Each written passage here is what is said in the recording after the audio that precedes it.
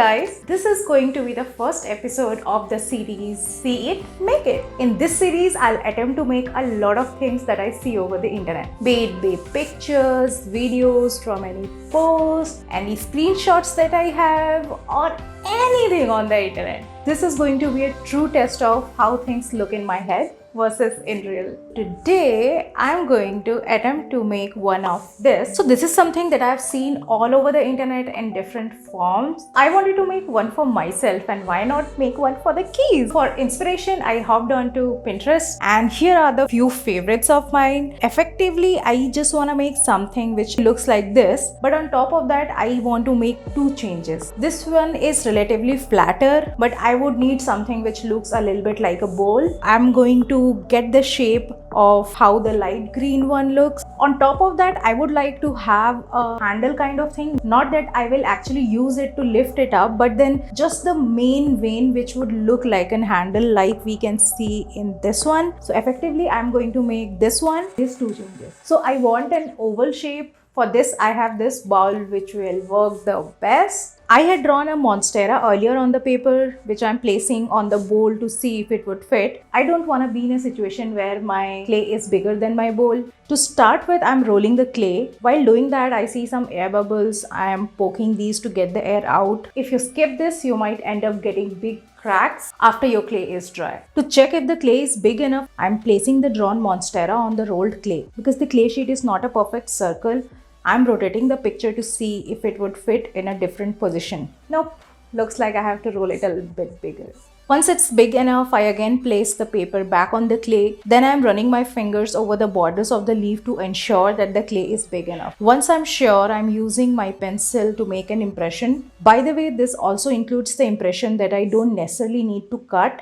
For example, the veins. It would be convenient to have the impressions of the veins before the painting, because with painting we only have one chance. Now I'm just cutting and removing the excess off. Then I'm using a Q-tip soaked in water and using it to smoothen the small holes where my fingers can't reach. For rest of the outer parts though, my fingers work the best as I have the most control with my fingers, and that's just quicker. Then just the last step to pick it up and put it in the bowl to dry. As easy as it sounds, the shape of it makes it particularly difficult to lift the entire leaf without breaking either the stem or some part of the leaves. I am realizing the design issues I have made at this point, which I'll talk about later in the video, but there's no going back. I'm trying multiple approaches like using a notebook, didn't work. If I'm trying to lift it holding some part of the leaf, those parts are literally getting teared off because of the weight of the rest of the leaf. Finally, I decided to lift each part of the leaf one by one to loosen the bond between the clay and the table. Then I tried to collectively lift most of the parts together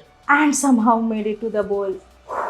But the happiness didn't stay for long. I'm starting to realize that I might need to lift it up one more time to correctly place it on the bowl. If I leave it like this, some part of it is hanging out, would break off eventually. I'm trying to shift it to a better position, but I'm back to square one. It's again stuck to the bowl. Anyways, I have managed to put it the best I could without breaking off anything. Now they have been drying for almost 24 hours. I mean, I live in a tropical country and it's summer now, so might be able to get away with 24 hours, but in case you are doing it and you don't live in a country where it's kind of sunny, or if it's winter, you should safe side give it at least 48 hours to dry. But I have to get this project done before my office starts, so yeah, I'm just gonna go for it. So I've collected everything I would need. After drying, I see there are quite a few of cracks. This is common with clay projects. This is why we have clay with us today as well, to fill the cracks. To do that, I'm taking just a tiny amount of this, mixing it with water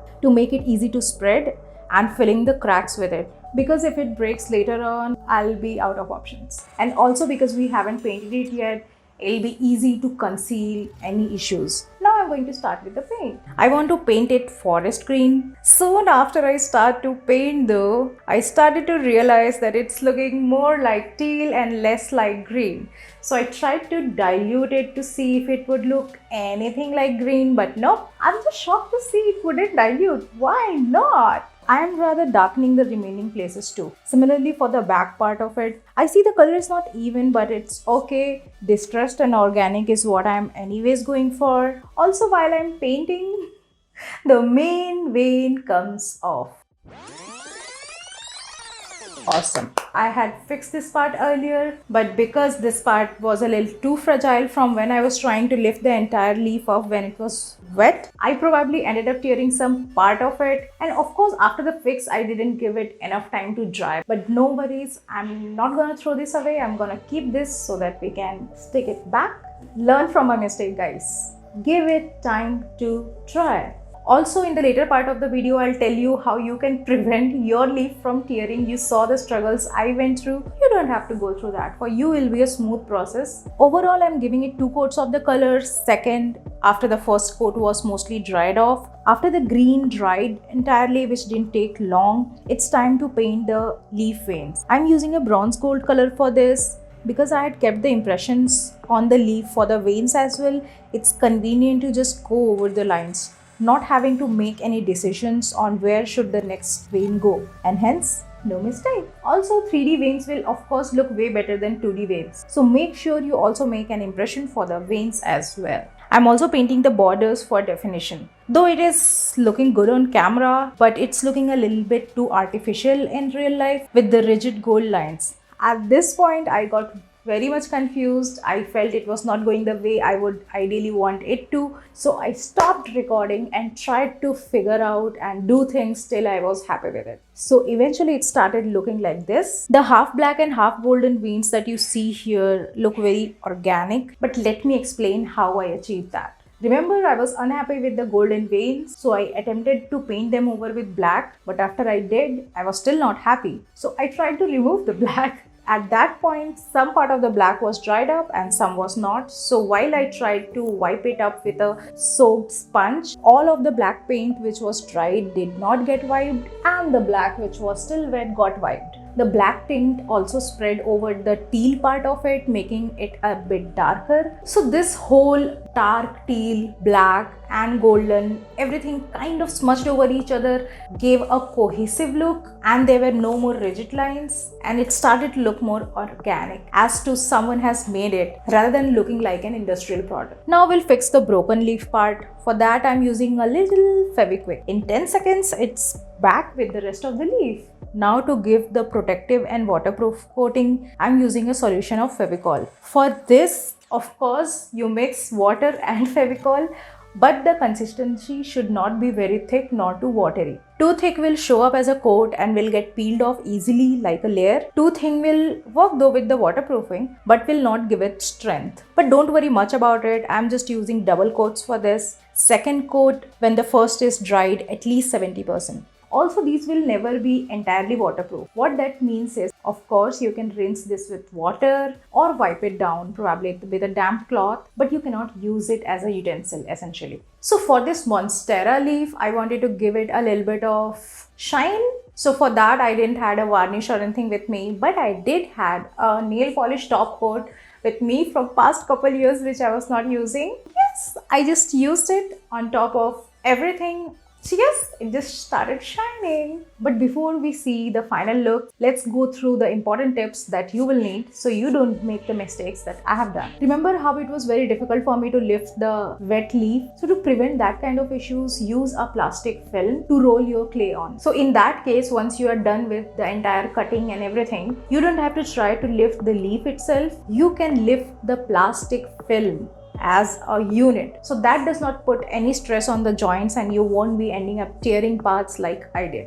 And also that will enable you to move it till you find the perfect position how you would want it to dry. Second is, while making an impression, do not use a sharpened pencil. Not just it will make holes on the paper, but it will also make holes in the clay as well. So I'm using an X-Acto knife to cut these. If you don't have an X-Acto knife, you can use a normal knife. Of course, X-Acto knife has its own pros, but either way, whatever knife you use, do not drag it perpendicular to surface. What that does is, more than cutting, it kind of drags the clay with it, and you'll end up having rough edges. Hold it almost 45 degree to the surface so that it has a clean cut. So we know for a fact that this is air hardening clay, and if you leave it unattended for some time, it'll probably harden either to the level that you cannot go back, or you'll have to come back, add some water, do a lot of kneading the dough. So basically we all understand, before you sit to start with the project, you should have everything that you need, because we are running against time. So here is the list of things you would need to sit with before you start. X-Acto knife or whatever knife you're going to use, a decent sized notebook and pencil to draw, of course the clay, a damp cloth. So a quick tip is, when I'm saying damp, I mean it should have a little bit excess water than what you would think. Why? Because we are going to do this project at least over half an hour. By that point it gradually anyways keeps drying, so if you start with a less damp cloth, it'll be almost dried by the time you are halfway through your project. Bowl for your leaf to dry on, rolling pin,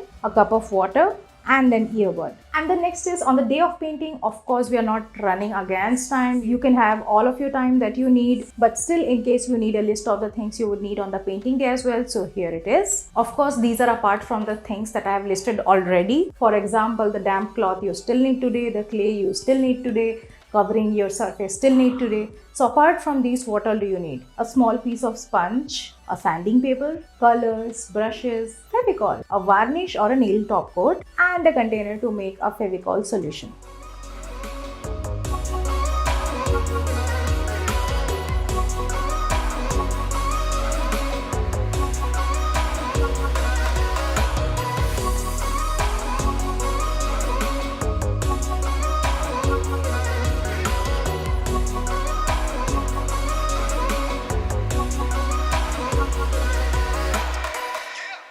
So this is it, you guys. Stay safe, be creative, and I'll see you in the next video. Till then, bye bye.